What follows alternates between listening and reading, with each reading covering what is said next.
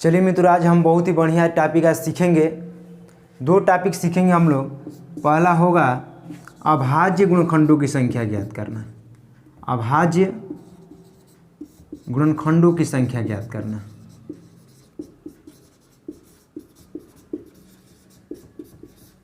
और दूसरा टॉपिक हम लोग सीखेंगे अभाज्य भाजकों की संख्या ज्ञात करना। अभाज्य भाजकों की संख्या ज्ञात करना। अभाज्य भाजकों की संख्या ज्ञात करना। बहुत ही आसान तरीके से हम लोग सीखेंगे। देखते हैं इसका मतलब, छोटा सा एग्जाम्पल लेकर के देखते हैं। जैसे 20 ले लिया जाए छोटा सा एग्जाम्पल के रूप में,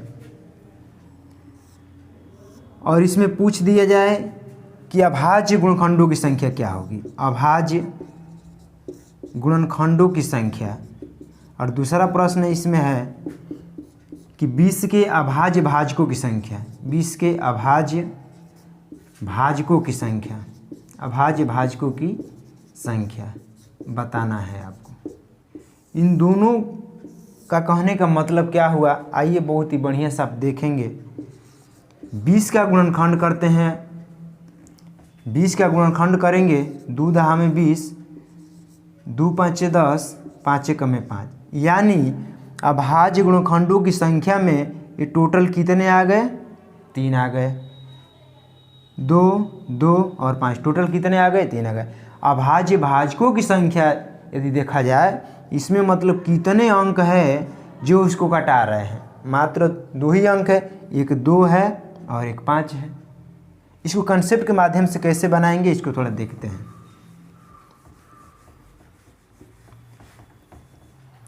देखिए, यदि अभाज्य गुणनखंडों की संख्या पूछता है तो जो भी डाटा दिया रहेगा सबसे पहले उसका गुणनखंड करेंगे। यानी 20 का गुणनखंड करेंगे तो 2 की पावर 2 गुणे 5 की पावर 1 होगा।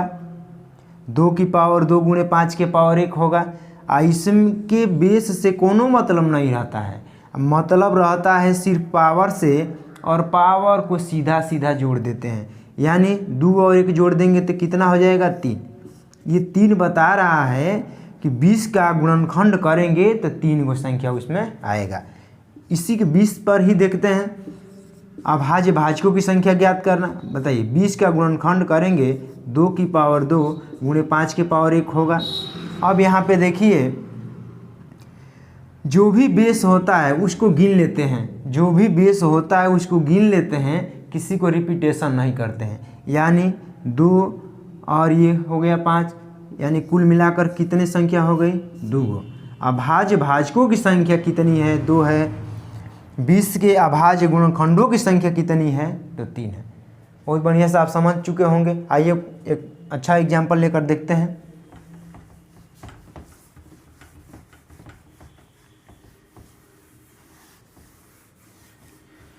प्रश्न है कि 30 के पावर 211, 30 के पावर 211 के अभाज्य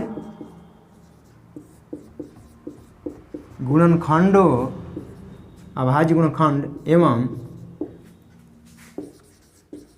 अभाज्य भाजकों की संख्या ज्ञात करें। अभाज्य भाजकों की संख्या ज्ञात करें, ज्ञात करें। ठीक, आइए देखते हैं। दिया है डाटा 30 के पावर 211। इसमें सबसे पहले हम देखते हैं अभाज्य गुणनखंडों की संख्या। अभाज्य गुणनखंडों की संख्या।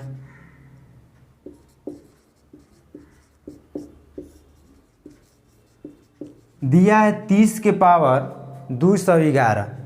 इसमें आपको ज्ञात करना है अभाज्य गुणनखंडों की संख्या। इसमें आपको अभाज्य गुणनखंडों की संख्या बताना है। तो देखिए, सबसे पहले क्या करेंगे, सबसे पहले 30 के पावर 211 दिया है, 30 का गुणनखंड करेंगे। 30 का गुणनखंड क्या होगा?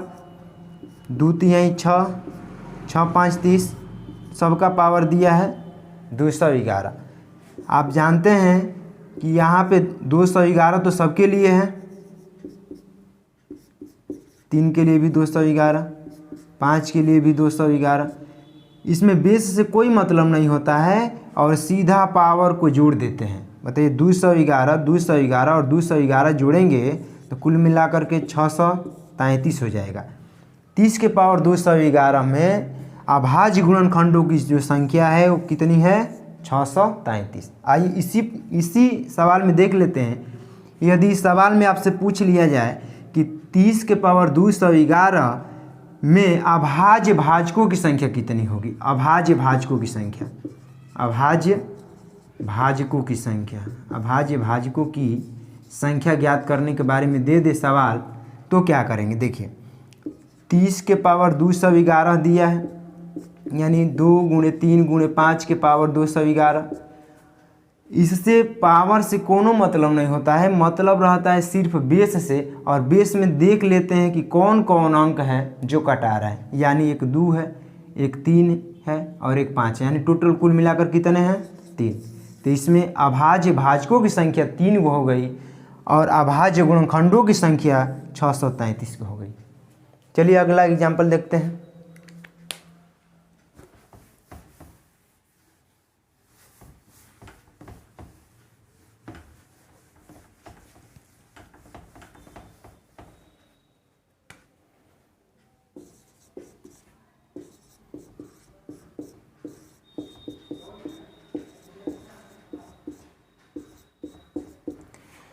चलिए सर देखते हैं अगला एग्जाम्पल है 3 के पावर 10 गुणे 6 के पावर 7 गुणे 3 के पावर 8 गुणे 5 के पावर 7। इसमें आपको बताना है अभाज्य गुणनखंडों की संख्या, अभाज्य गुणनखंड, अभाज्य गुणनखंडों की संख्या आपको बताना है।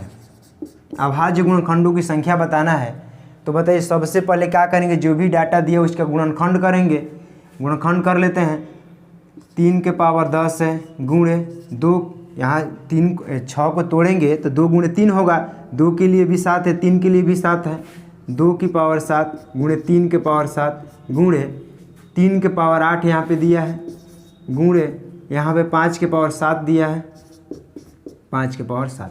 अब बताइए अभाज्य गुणनखंडों की संख्या ज्ञात करना है तो क्या करेंगे? बेस से तो कोनो मतलब नहीं है, सीधा सीधा जो भी दिया है डाटा उसको जोड़ लेंगे, यानी 10, 7, 7 और 7।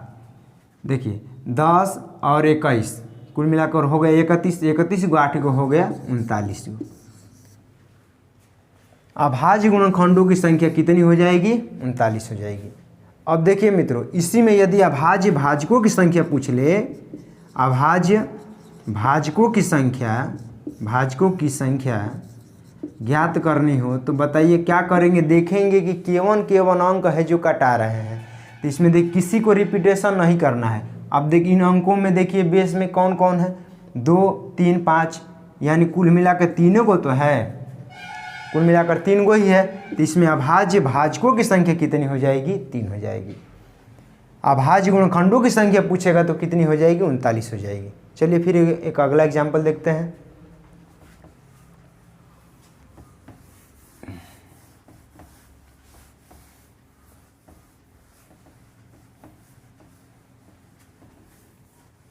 चलिए सर देखिए अगला प्रश्न है आपका है कि 245 को 2 पूर्ण संख्याओं के गुणनफल के रूप में व्यक्त करने के कितने तरीके हो सकते हैं? आइए एक नॉर्मल बात से थोड़ा समझ लेते हैं। जैसे यदि इसी प्रश्न को हम 6 पर लेकर के देखते हैं, यानी 6 को 2 पूर्ण संख्याओं के गुणनफल के रूप में व्यक्त करने के कितने तरीके हो सकते हैं? तो बताइए 6 के कितने तरीके हो सकते हैं? 1 और 6 में गुणा करेंगे तो 6 आएगा, 2 और 3 में गुणा करेंगे तो 6 आएगा। उसके आगे इस तरह बढ़ेंगे, 3 और 2 में गुणा करेंगे तो 6 आएगा। देखिए ये रिपीटेशन होने लगा, इसलिए यह प्रक्रिया यहीं तक होगी। यानी इसका मतलब आपका आ गया कि 6 को 2 पूर्ण संख्याओं के गुणनफल के रूप में तोड़ेंगे तो कितने तरीके से तोड़ सकते हैं? 2 तरीके से तोड़ सकते हैं। 6 को आप 2 पूर्ण संख्याओं के गुणनफल के रूप में व्यक्त करने के कितने तरीके हो सकते हैं? तो 2 तरीका हो सकता है। कौन कौन सा? 1, 6 और 2 और 3। इसके आगे करेंगे तो रिपीट करने लगेगा। अब आप देखिए कंसेप्ट के द्वारा कैसे बनाते हैं। सबसे पहले यदि 6 का गुणनखंड करते हैं तो 2 गुणे 3 होगा, यानी 2 के पावर 1, 3 के पावर 1। इसमें भाजकों की संख्या ज्ञात करते हैं। भाजकों की संख्या ज्ञात करने का तरीका तो आप जानते हैं, बेस से कोनो मतलब नहीं रहता है, पावर में एक एक बढ़ा करके गुणा करते हैं, यानी कि 2 गुणे 2 मतलब कितना हुआ 4।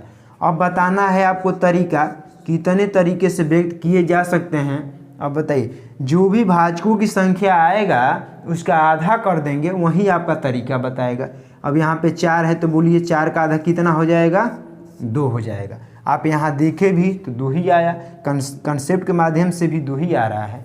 इसका मतलब ये हुआ कि आपको इस तरह का सवाल दिया रहेगा तो उसमें सबसे पहले भाजकों की संख्या ज्ञात कर लेंगे, जो भी भाजकों की संख्या आएगा उसका आधा कर देंगे, वही तरीका बताने का काम करेगा।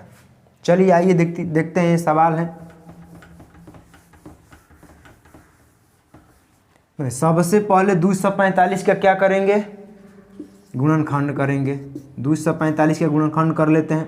5 से कटाइए, 5 चौका 20, 5 9 45, फिर 7 से कटाइएगा, 7 7 49, फिर 7 से कटाइएगा, एक बार में कटेगा। यानी कि 245 का गुणनखंड हो गया 5 गुणे 7 गुणे 7, पावर में सबका 1। ठीक, अब देखिए इसमें भाजकों की संख्या ज्ञात करना है। भाजकों की संख्या सबसे पहले बताना होगा। बताइए, 5 के पावर 1 गुणे 7 के पावर 2। भाजकों की संख्या बताना होता है तो बेस से कोनो मतलब नहीं होता है, पावर में कई बढ़ाकर गुणा करते हैं। इसका पावर 1 है 2 लिखेंगे, इसका पावर 2 है तो 3 लिखेंगे। टोटल कितना हो गया, 2 3 6। अब तो आपको तरीका बताना है ना कि कितने तरीकों से व्यक्त किया जा सकता है। तो आपको कंसेप्ट बताए हैं कि भाजकों की संख्या निकाल करके उसको आधा कर देंगे, वहीं व्यक्त करने के तरीके के बारे में बताएगा। बताइए, 6 है तो आंसर कितना हो जाएगा, 6/2 यानी 3। मतलब ये हुआ 245 को 2 पूर्ण संख्याओं के गुणनफल के रूप में व्यक्त करने के लिए मात्र 3 तरीके हो सकते हैं। चलिए अगला एग्जाम्पल देखते हैं।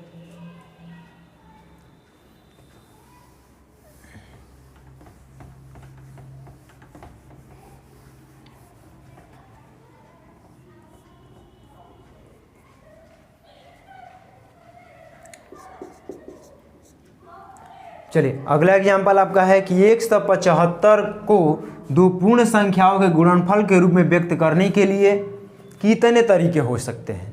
आइए देखते हैं। सबसे पहले क्या करेंगे, 175 का गुणनखंड करेंगे। 5 से कटाइएगा, 5 3 15, 5 5 25, फिर 5 से कटाइएगा, 5 7 35, फिर 7 से कटाएंगे, 7 कम 7। अब बताइए 175 का गुणनखंड आप निकाल चुके हैं 5 के पावर 2 गुणे 7 के पावर 1।